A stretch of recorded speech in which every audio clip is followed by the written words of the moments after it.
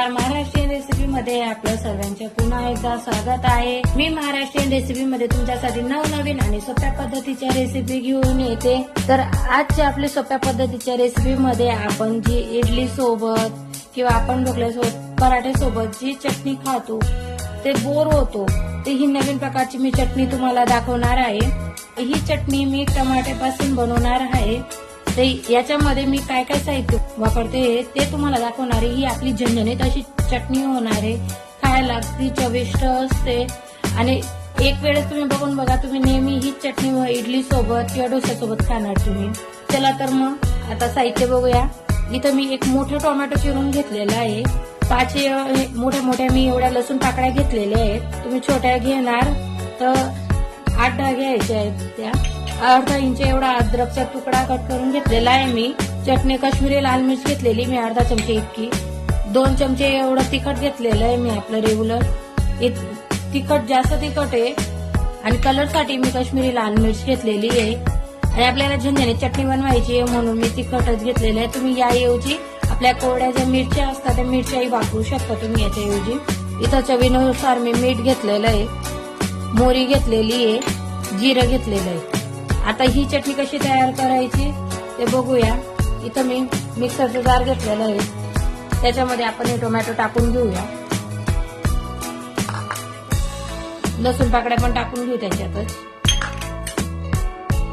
अद्रक थोडंसं आपण हे दळू, त्यानंतर आपल्याला ही चटणी टाकायची। कसं टोमॅटो आहे त्याला पाणी सुटतं, ते उडू शकतं म्हणून मी चटणी नंतर टाकणार, आधी हे थोडंसं दळून घेणार आहे मी।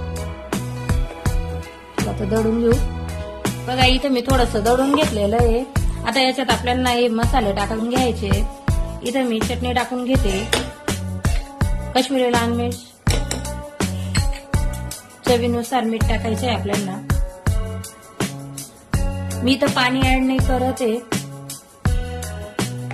आणि जिरा मोहरी ही आपल्याला फोडणीला लागणार आहे। ते दळून घेऊ आधी आपण। तळल्या गेलेली आपली चटणी किती छान मस्तपैकी रंग आलेला आहे बघा, दुसरं काही आपण इथं वापरलेलं नाहीये, किती छान रंग आलेला आहे। आता या चटणीला आपण फोडणी देऊया। बघा इथे मी एक कढाई घेतलेली आहे, टाकून घेतली तिला। याच्यात आता आपण तेल टाकून घेऊ। 1.5 पडी एवढं तेल टाकलेलं आहे मी। तेल चांगलं आपल्याला तापू द्यायचे। तेल तापल्यावर आपल्याला त्याच्यात मोहरी टाकायची आहे। मोहरीला चांगलं तडतडू द्यायचे आपल्याला।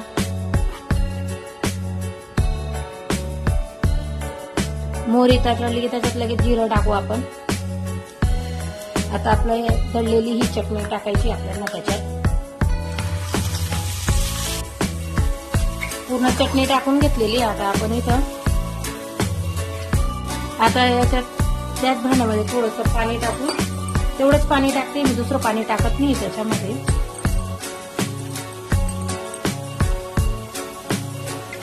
तुम्ही ही चटणी स्टोर करूनही ठेवू शकता, 8 दिवसापर्यंत ही चटणी राहते। जर तुम्ही स्टोर करायची असेल तर याच्यात पाणी अजिबात टाकायचं नाहीये तुम्हाला। अशी थोडीशी 1-2 मिनिटं होऊ देऊ आपण चटणीला।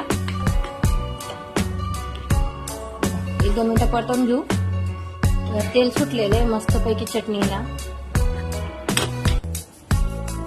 आता याच्यात आपल्याला कोथिंबीर टाकून घ्यायची।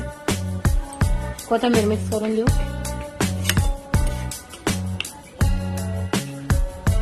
तयार आहे आपली चटणी। आता गॅसची फ्लेम बंद करून देऊ।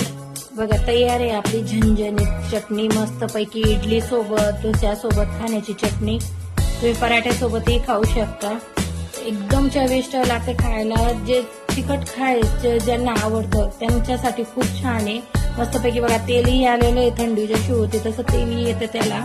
चला तर मग माझी आजची रेसिपी तुम्हाला कशी वाटली मला नक्की कमेंट करून सांगा। तुम्हाला ही चटणी आवडते का तेही मला कमेंट करून सांगा। आणि माझ्या आजची रेसिपी जर तुम्हाला आवडली असेल किंवा याच्या आधीच माझ्या रेसिपी तुम्हाला आवडल्या असतील तर नक्की माझं चॅनल महाराष्ट्रीयन रेसिपीला लाईक करा, शेअर करा आणि सबस्क्राईब करा आणि बेल आयकॉनचे बटन दाबायला विसरू नका, जेणेकरून तुम्हाला माझ्या अशा नवनवीन आणि सोप्या पद्धतीच्या रेसिपी बघायला मिळतील। थँक्यू।